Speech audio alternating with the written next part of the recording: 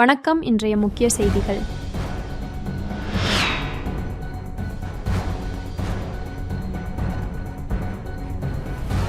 புதுச்சேரியில் கைவினை மற்றும் கைத்தறி கண்காட்சியினை புதுச்சேரி துணைநிலை ஆளுநர் கைலாஷ்நாதன் திறந்து வைத்தார்.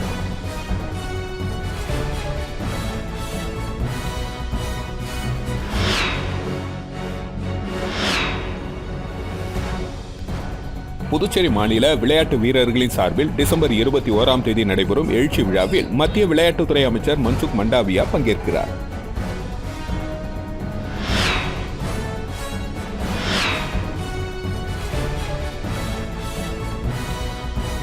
கிறிஸ்துமஸ் விழாவினையொட்டி புதுச்சேரி சூகா ஷோரூமில் 658 கிலோ எடையில் பிரம்மாண்டமான சாக்லேட் கிறிஸ்துமஸ் தாத்தா சிலை காட்சிக்கு வைக்கப்பட்டுள்ளது.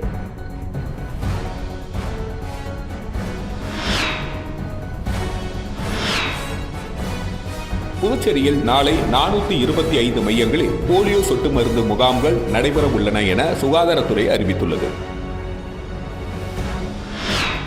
இனி வருவது விரிவான செய்திகள். புதுச்சேரியில் கைவினை மற்றும் கைத்தறி கண்காட்சியினை புதுச்சேரி துணைநிலை ஆளுநர் கைலாஷ்நாதன் திறந்து வைத்தார். மத்திய அரசு ஜவுளி அமைச்சகத்தின் கீழ் இயங்கும் கைவினை அபிவிருத்தி ஆணையம் மற்றும் புதுச்சேரி மாநில கூட்டுறவு கைவினை மற்றும் கைத்தறி இணையம் இணைந்து நடத்தும் காந்தி கைவினை மற்றும் கைத்தறி கண்காட்சி கடற்கரை காந்தி திடலில் தொடங்கியது. வரும் 28ஆம் தேதி வரை 10 நாட்களுக்கு இக்கண்காட்சி நடைபெறுகிறது. இதனை தொடங்கி வைத்து அரங்குகளை ஆளுநர் பார்வையிட்டார். கைவினை மற்றும் கைத்தறி பொருட்களின் கலை நுணுக்கம் மற்றும் தயாரிப்பு முறைகள் குறித்து கலைஞர்களுடன் அவர் கலந்துரையாடினார். பொதுப்பணி மற்றும் சுற்றுலாத்துறை அமைச்சர் லட்சுமி நாராயணன், வளர்ச்சி ஆணையர் சௌத்ரி முகமது யாசின், கலை பண்பாட்டுத்துறை செயலர் முகமது ஹசன் அபீத், கூட்டுறவு சங்கங்களின் பதிவாளர் இளங்கோவன் ஆகியோர் கலந்து கொண்டனர்.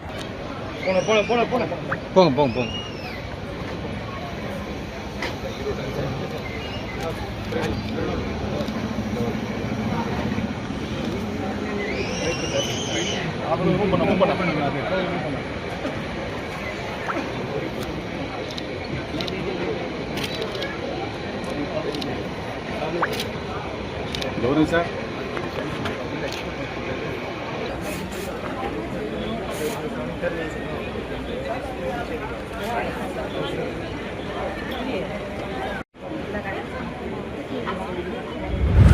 புதுச்சேரி மாநில விளையாட்டு வீரர்களின் சார்பில் டிசம்பர் 21 நடைபெறும் எழுச்சி விழாவில் மத்திய விளையாட்டுத்துறை அமைச்சர் மன்சுக் மண்டாவியா பங்கேற்கிறார். புதுச்சேரி ஒலிம்பிக் சங்க அவசர பொதுக்குழு கூட்டம் ஒலிம்பிக் சங்க தலைவரும் சமூக நலத்துறை அமைச்சருமான தேனி ஜெயக்குமார் தலைமையில் சட்டப்பேரவையில் உள்ள அவரது அலுவலகத்தில் நடைபெற்றது. புதுச்சேரி கைப்பந்த சங்க தலைவரும் சட்டமன்ற உறுப்பினருமான கல்யாண சுந்தரம் மற்றும் விளையாட்டுத்துறை இயக்குநர் சுதாகர் ஆகியோர் முன்னிலை வகித்தனர். மத்திய விளையாட்டுத்துறை அமைச்சர் மன்சுக் மண்டாவியா புதுச்சேரி வருகையொட்டி 21ஆம் தேதி காலாப்பட்டு தொகுதி லாஸ்பேட்டை பல்நோக்கு உள் விளையாட்டு அரங்கத்தில் நடைபெறவுள்ள புதுச்சேரி மாநில விளையாட்டு வீரர்கள் எழுச்சி விழாவிற்கான ஏற்பாடுகள் குறித்து ஆலோசிக்கப்பட்டது. மத்திய விளையாட்டுத்துறை அமைச்சர் மன்சுக் மண்டாவியாவுக்கு புதுச்சேரி ஒலிம்பிக் சங்கம் சார்பில் சிறப்பான வரவேற்பு அளிப்பது, விளையாட்டு சங்கங்களுக்கு விளையாட்டு மைதானம், பயிற்சி கூடம், விளையாட்டு உபகரணங்களுக்கு கூடுதல் நிதி ஒதுக்க வேண்டி மத்திய அமைச்சருக்கு ஒலிம்பிக் சங்க தலைவர் தேனி ஜெயக்குமார், புதுச்சேரி கைப்பந்த சங்க தலைவர் கல்யாண சுந்தரம் ஆகியோர் தலைமையில் கோரிக்கை வைப்பது உள்ளிட்ட பல்வேறு முக்கிய அம்சங்கள் விவாதிக்கப்பட்டன.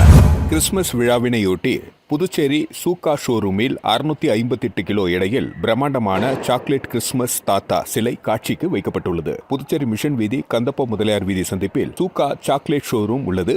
இதில் கடந்த 2010ஆம் ஆண்டு முதல் புகழ்பெற்ற தலைவர்களை, சிந்தனைகளை மக்களிடம் கொண்டு செல்லும் வகையில் அவர்களை சாக்லேட் சிலையாக வடிவமைத்து காட்சிப்படுத்தி வருகின்றனர். அந்த வரிசையில் தற்பொழுது கிறிஸ்துமஸ் விழாவினையொட்டி 658 கிலோ சாக்லேட்டில் 7 அடி உயரம் 2 அங்குலத்தில் பிரம்மாண்டமான கிறிஸ்துமஸ் தாத்தா சிலை உருவாக்கி காட்சிக்கு வைக்கப்பட்டுள்ளது. இதன் நிறுவனர் ஸ்ரீநாத் பாலச்சந்திரன் கூறுகையில், இவ்வளவு பெரிய சிலையை 92 மணி நேரம், அதாவது 11 நாட்கள் கடுமையான உழைப்பிற்கு பிறகு உருவாக்கியுள்ளோம். இது பெரிய சவாலாக இருந்தது. சாக்லேட் சிலைகளுடன் புகைப்படம் எடுப்பது புதுச்சேரிக்கு வரும் சுற்றுலா பயணிகளுக்கு பிடித்தமானது. குறிப்பாக குழந்தைகள் மிகவும் விரும்புவர். இந்த ஆண்டு சாக்லேட் சிலையுடன் மகிழ்ச்சியுடன் புகைப்படம் எடுக்க விரிவான ஏற்பாடுகள் செய்யப்பட்டுள்ளன என்றார். வணக்கம், என் பேர் ராஜேந்திரன் தங்கராசு. இங்கே பாண்டிச்சேரியில் ரூகா மெஷின் ஸ்ட்ரீட்டில் இருக்கிற கடையிலேருந்து பேசுகிறேன். இங்கே வருஷம் பார்த்தீங்கன்னா கிறிஸ்மஸ் நியூ இயரை முன்னிட்டு நாங்கள் பல்வேறு விதமான ஸ்டாச்சு பண்ணுறது வழக்கம். அந்த வகையில் இந்த இயர் பார்த்தீங்கன்னா சாண்டா கிளாஸ் வந்து ஒரு 658 கிலோ எடை கொண்டு 7.2 ஹைட்டு அளவில் இதை வந்து வடிவமைச்சிருக்கோம். இது வந்து பண்றதுக்கு பாத்தீங்கன்னா ஒரு 11 நாள் ஆச்சு. 92 மணி நேரம் வந்து கடின உழைப்பால நாங்கள் இதை பண்ணி கஸ்டமர் பார்வைக்காக வச்சிருக்கோம். இது டிசம்பர் 26 வரையும் தான் இருக்கும். அதுக்கப்புறம் நாங்கள் எடுத்துருவோம்.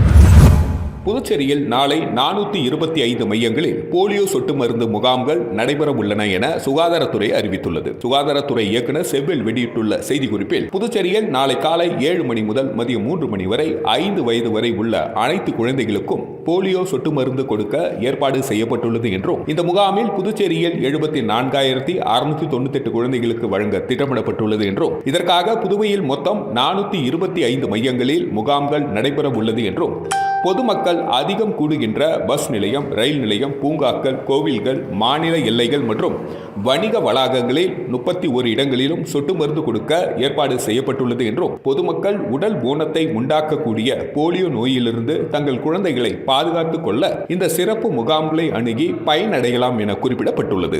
அனைவருக்கும் வணக்கம். இந்த 21/12/2025 அனைத்து, அதாவது பிறந்த குழந்தைகள் முதல் 5 வயது குழந்தைகள் உள்பட போலியோ சொட்டு மருந்தை போடுமாறு கேட்டுக்கொள்கிறேன். இளம்பிள்ளை வாதம் நோயை தடுக்க இந்த போலியோ சொட்டு மருந்து போட்டால் இளம்பிள்ளை வாதம் நோயை தடுக்கலாம். அனைத்து இடங்களிலும், பேருந்து நிலையம், ரயில் நிலையம், பஸ் நிலையம், ஆரம்ப சுகாதார நிலையம், அனைத்து இடங்களிலும் போலியோ சொட்டு மருந்து போடுகிறார்கள். 21/12/2025 அன்று அனைத்து இடங்களிலும் போலியோ சொட்டு மருந்து எல்லா குழந்தைகளும் போலியோ சொட்டு மருந்து போடுமாறு அனைவரும் கேட்டுக்கொள்கிறேன். ஆதி திராவிட நலத்துறை மூலம் எதிர்பாராத விபத்தில் உயிரிழந்த குழந்தையின் பெற்றோருக்கு புதுச்சேரி அரசு சார்பில் 10 லட்சத்தை முதல்வர் ரங்கசாமி வழங்கினார். நெட்டப்பாக்கம் தொகுதி ஏரிப்பாக்கம் புது காலனியை சேர்ந்த அன்பு நதியா ஆகியோரின் பச்சிளம் குழந்தை அண்மையில் இருந்தது. இதனைத் தொடர்ந்து ஆதி திராவிட நலம் மற்றும் பழங்குடியினர் நலத்துறையின் மூலம் செயல்படுத்தப்படும் எதிர்பாராத விபத்தில் இறப்பவரின் குடும்பத்திற்கு இழப்பீடு வழங்கும் திட்டத்தின் கீழ் குழந்தையின் தாய் நதியாவிடம் 10 லட்சத்திற்கான காசோலையினை முதல்வர் ரங்கசாமி சட்டப்பேரவை வளாகத்தில் உள்ள தனது அலுவலகத்தில் வழங்கினார். அப்பொழுது சட்டப்பேரவை துணைத் தலைவர் ராஜவேலு உடனிருந்தார்.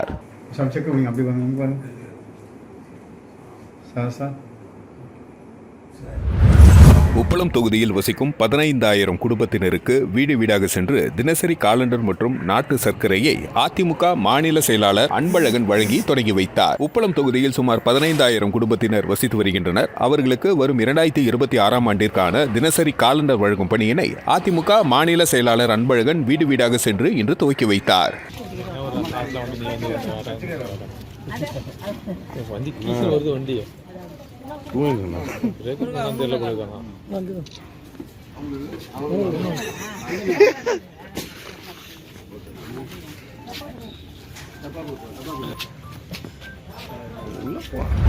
நெல்லித்தோப்பு தொகுதியில் உள்ள சுமார் 13,000 குடும்பங்களுக்கு தினசரி காலண்டர் மற்றும் பொங்கல் பரிசு தொகுப்பினை வீடு வீடாக சென்று திமுக தலைமை பொதுக்குழு உறுப்பினர் கார்த்திகேயன் வழங்கி வாழ்த்து தெரிவித்தார். புதுச்சேரி நெல்லித்தோப்பு தொகுதிக்குட்பட்ட சுமார் 13,000 குடும்பங்களுக்கு திமுக தலைமை பொதுக்குழு உறுப்பினர் கார்த்திகேயன் ஏற்பாட்டில் 2026ஆம் ஆண்டு தினசரி காலண்டர் மற்றும் பொங்கல் பரிசு தொகுப்பு வழங்கும் துவக்க விழா பிள்ளைத்தோட்டம் ஆனந்த முத்து மாரியம்மன் ஆலயத்தில் சிறப்பு பூஜையுடன் துவங்கியது. கோவில் நிர்வாகிகள் சார்பில் கார்த்திகேயனுக்கு பூரண கும்ப மரியாதை அளிக்கப்பட்டது. அதனைத் தொடர்ந்து வீடு வீடாக சென்று தினசரி காலண்டர் மற்றும் பொங்கல் பரிசு தொகுப்பினை வழங்கி கிறிஸ்துமஸ், புத்தாண்டு மற்றும் பொங்கல் வாழ்த்துக்களை தெரிவித்தார். இந்த நிகழ்ச்சியில் நெல்லித்தோப்பு தொகுதி திமுக நிர்வாகிகள், அப்பகுதி மக்கள் திரளானோர் கலந்து கொண்டனர்.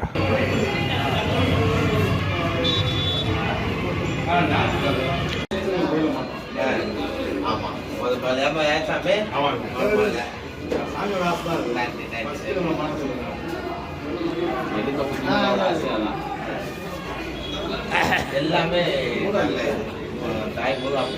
போன் நம்பர் கொடுத்துக்கிறேன். நான் உங்களுக்கு போன் வெளியே ரெடி பண்ணா வெளியே ரெடி பண்ண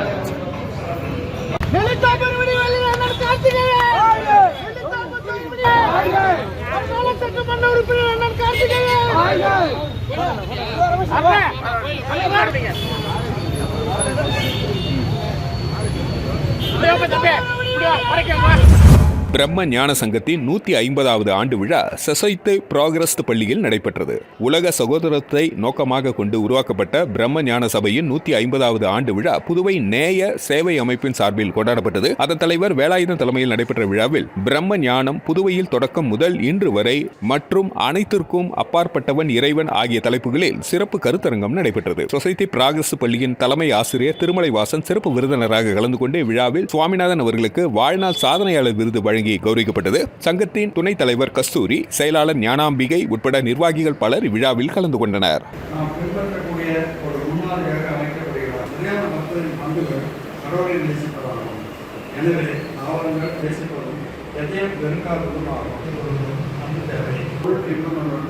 இல்லாமல் இருக்கிறார். அவர் எந்த பொருளையும் சார்ந்திருக்கிறது. புதுப்பேட்டை ஸ்ரீ புத்தலாயம்மன் ஆலயத்தில் நடைபெற்ற 8ஆம் ஆண்டு அனுமன் ஜெயந்தி விழாவில் திரளான பக்தர்கள் கலந்து கொண்டு சுவாமி தரிசனம் செய்தனர். புதுச்சேரி தட்டாஞ்சாவடி தொகுதிக்குட்பட்ட புதுப்பேட்டை பகுதியில் பிரசித்தி பெற்ற ஸ்ரீ புத்தலாயம்மன் ஆலயம் உள்ளது. இவ்வாலயத்தின் 8ஆம் ஆண்டு அனுமன் ஜெயந்தி விழா விமர்சையாக நடைபெற்றது. இவ்விழாவினையொட்டி காலை முதல் மூலவருக்கு சிறப்பு பூஜைகள் லட்சார்ச்சனை நடைபெற்றது. அதனைத் தொடர்ந்து பால், தயிர், பன்னீர் உள்ளிட்ட திரவியங்களால் அபிஷேகம் செய்யப்பட்டு தீபாரதனை காண்பிக்கப்பட்டது. மேலும் பழ வகைகள் கொண்ட மாலை ஆஞ்சநேயருக்கு அணிவிக்கப்பட்டது. அதனைத் தொடர்ந்து சிங்க வாகனத்தில் பழ அலங்கார ஊர்வலம் நடைபெற்றது. இந்த விழாவில் குப்புசாமி அறக்கட்டளை தலைவர் சேது செல்வம், நமது மக்கள் கழகத்தின் பொதுச் செயலாளர் விநாயகம், என்ஆர் காங்கிரஸ் தொண்டர் மாநில செயலாளர் வேலாயுதம், ஜேசிஎம் தட்டாஞ்சாவடி தொகுதி மன்ற தலைவர் ராஜா உட்பட திரளான பக்தர்கள் கலந்து கொண்டு சுவாமி தரிசனம் செய்தனர். மீண்டும் இன்றைய முக்கிய செய்திகள்.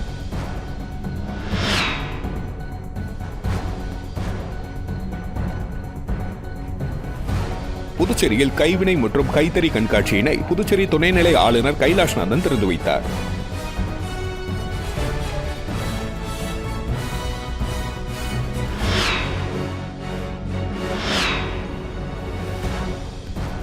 புதுச்சேரி மாநில விளையாட்டு வீரர்களின் சார்பில் டிசம்பர் 21ஆம் தேதி நடைபெறும் எழுச்சி விழாவில் மத்திய விளையாட்டுத்துறை அமைச்சர் மன்சுக் மண்டாவியா பங்கேற்கிறார்.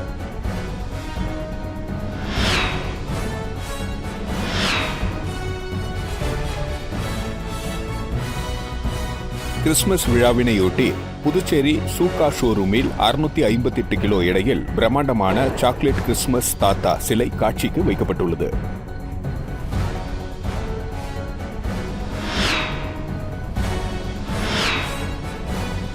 புதுச்சேரியில் நாளை 425 மையங்களில் போலியோ சொட்டு மருந்து முகாம்கள் நடைபெற உள்ளன என சுகாதாரத்துறை அறிவித்துள்ளது. செய்திகளை துல்லியமாகவும் தெளிவாகவும் தெரிந்து கொள்ள கிரியேட்டிவ் மீடியா யூடியூப் சேனலை சப்ஸ்கிரைப் செய்து கொள்ளவும். நன்றி, வணக்கம்.